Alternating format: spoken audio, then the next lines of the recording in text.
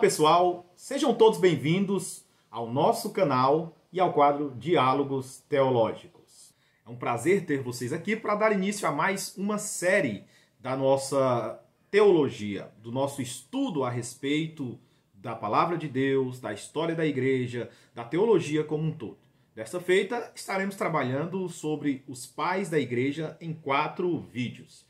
Mas antes de falar sobre esse tema, eu quero convidar você que ainda não é inscrito no nosso canal a se inscrever, a curtir, compartilhar e acione aí o sininho. Toda vez quando tivermos um vídeo, estamos postando pelo menos 1 a 2 vídeos por semana, você vai ser notificado e vai poder estar aqui participando conosco, tá bom? Então, vamos lá? Como havia falado, vamos dar início a uma série de vídeos sobre os pais da Igreja, estes homens e estas mulheres de Deus que no decorrer dos primeiros séculos da fé cristã contribuíram com seu exemplo, com a sua teologia, com a sua vida, para que o cristianismo fosse passado às gerações seguintes. São homens e mulheres que, apesar de nos últimos séculos terem sido vítimas, vamos dizer assim, do ostracismo ou de falsas verdades a seu respeito, mas foram homens e mulheres que têm um legado especial para todos nós e que nós devemos aprender e nos aperfeiçoar mais a respeito deles. Bem, o primeiro ponto que eu quero destacar é a respeito de uma visão equivocada que muitos cristãos têm da igreja primitiva, da igreja dos primeiros séculos. Muitos irmãos têm uma visão idealizada de que após a morte dos apóstolos, ou ainda durante a vida dos apóstolos, depois da ascensão de Cristo, que aquela igreja era perfeita, não havia distorções doutrinárias, não havia erros doutrinários, e isto é um equívoco, Quando nós olhamos para a história da igreja, quando nós observamos o passado da igreja, nós verificamos que ali nos primeiros séculos, já a partir do ano 50, do ano 60, muitas distorções doutrinárias haviam entrado no seio da igreja ou estavam batendo a porta. No século II, no início do século II, do século III, estas distorções doutrinárias, estas heresias serão muito mais fortes. Nós veremos influências do judaísmo, nós veremos influência das filosofias greco-romana, nós veremos com muita ênfase o crescimento de uma heresia, ou de uma distorção doutrinária conhecida como gnosticismo. E nós veremos também muitas outras tentativas de, vamos dizer assim, de perversão da palavra de Deus. Ora, como J.N. Kelly diz, era preciso que doutrinas protetoras do verdadeiro evangelho fossem estabelecidas. E aí você me diz, mas quem estabeleceu essas doutrinas? Quem fincou as bases, colocou ali a pedra, para que essas doutrinas não invadissem o cristianismo verdadeiro? A grande honra de defender as doutrinas nós podemos dar a estes homens que ficaram conhecidos como pais da igreja e mães da igreja também. O termo pai, o termo mãe, que muito menos usado, mas o termo pai da igreja não é uma alusão ao seu status elevado, mas na verdade é pela a sua contribuição espiritual que estes homens e que essas mulheres deram para as gerações seguintes. Então, eram estes os pais da igreja, pessoas que se dispuseram a defender a fé, o verdadeiro cristianismo contra os ataques constantes de distorções doutrinárias que haviam tanto no século I, no século II, no século III e até os dias de hoje ainda contemplamos muitas distorções. Mas afinal, quem é um pai da igreja? Bem, existem 4 itens que destacam, que podem, vamos dizer assim, que podem qualificar alguém para ser um pai da igreja. Um destes itens é que ele precisa ser antigo. E quando nós falamos antigo, estamos nos referindo não a que ele tinha que ser velho naqueles dias, mas ele tinha que pertencer a um tempo histórico onde ele estaria ligado diretamente a um apóstolo ou a um discípulo que teve contato direto com um apóstolo. O segundo ponto para que alguém fosse classificado como um pai da igreja é que ele precisava ser ortodoxo em suas doutrinas. E quando eu digo ortodoxo em suas doutrinas, é que ele precisava estar alinhado com as escrituras reveladas, a palavra de Deus já revelada naqueles dias, com os ensinos apostólicos e com toda a verdade que o cristianismo estabeleceu. Não poderia ser alguém que estivesse apenas fantasiando da sua cabeça. A outra característica que define um pai da igreja era a sua conduta santa, o seu modo que desse um testemunho de santidade diante das pessoas. Não poderia ser alguém corrompido, não poderia ser alguém metido com práticas pecaminosas, distorcidas, que ferisse os princípios da fé cristã. E por último, ele precisava ser alguém que fosse aprovado pela comunidade cristã que o cercava.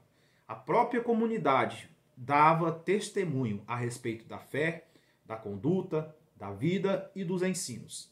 Então, estas são algumas características que definem um pai da igreja.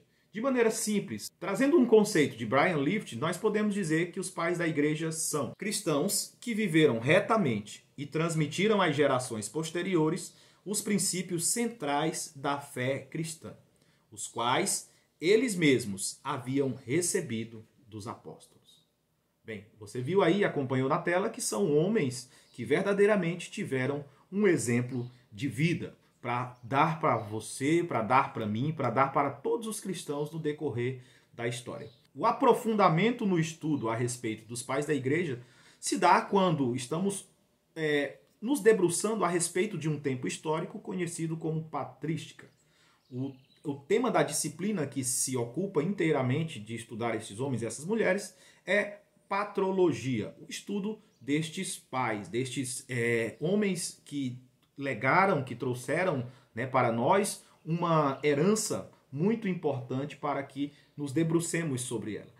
Existem alguns grupos, algumas subdivisões a respeito destes pais da igreja para se estudar. Por exemplo, há os pais apostólicos, há os pais polemistas, há os pais apologistas, e há aqueles que são chamados de pais, mas que alguns outros autores chamam de cientistas teológicos.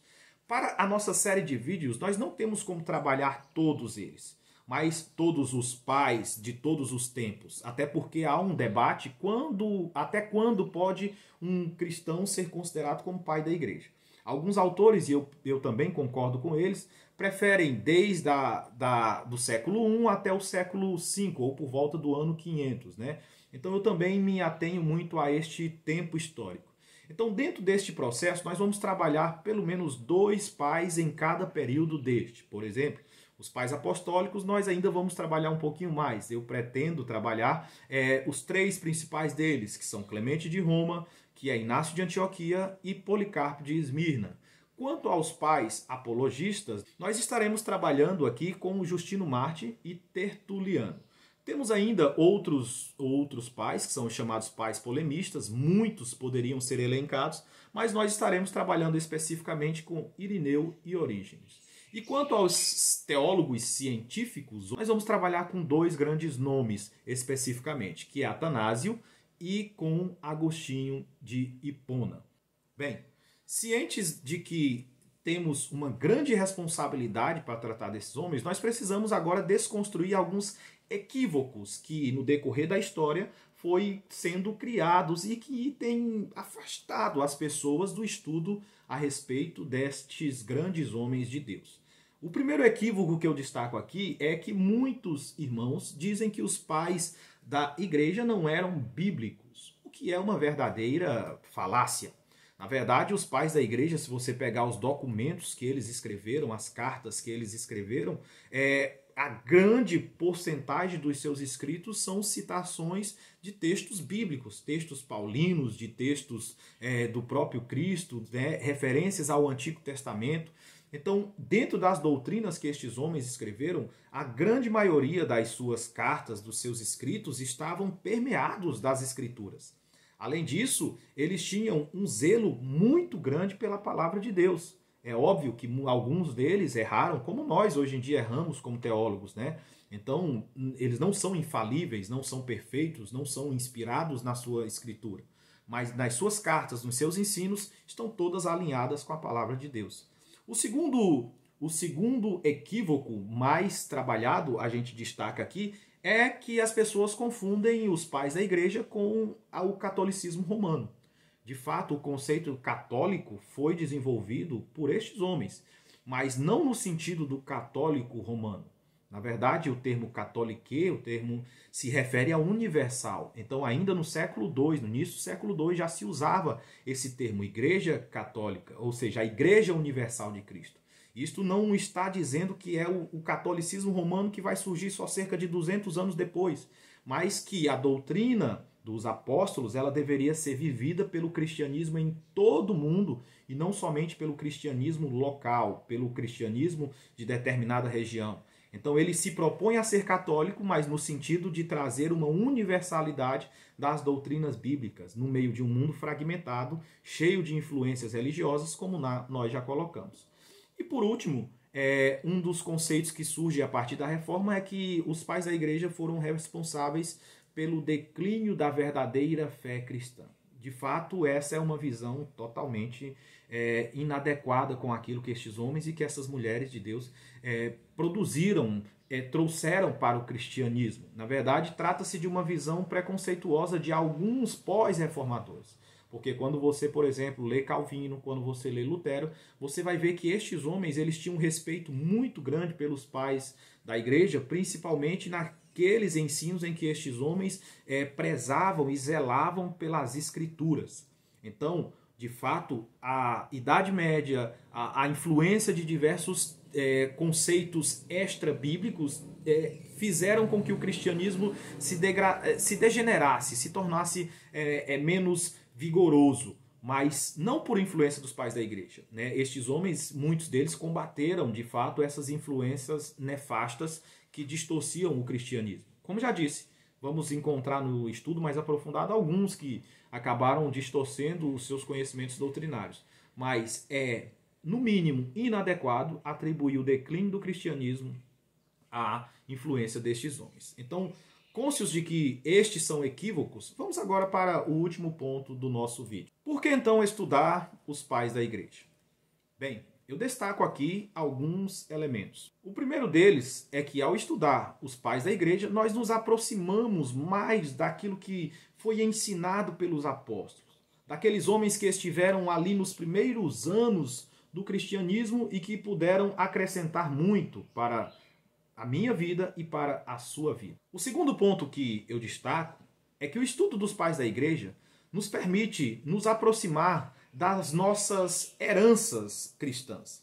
Nos permite compreender como aqueles primeiros cristãos, sim, primeiros cristãos, porque os pais apostólicos, por exemplo, viveram ainda no ano 80, né, quando João estava vivo, né, receberam muitas heranças do próprio Paulo. Então, nós vamos nos aproximar da verdadeira herança, daquilo que os cristãos, nos primeiros dias de cristianismo, viviam e compreendiam a respeito do reino de Deus. Isso fortalecerá a nossa fé, isso nos motivará, isso nos ajudará a continuar prosseguindo, servindo a Cristo. E por último, estudar os pais da igreja aumenta a nossa fé. Aumenta a nossa fé? Como assim? É só você observar o testemunho de vida destes homens.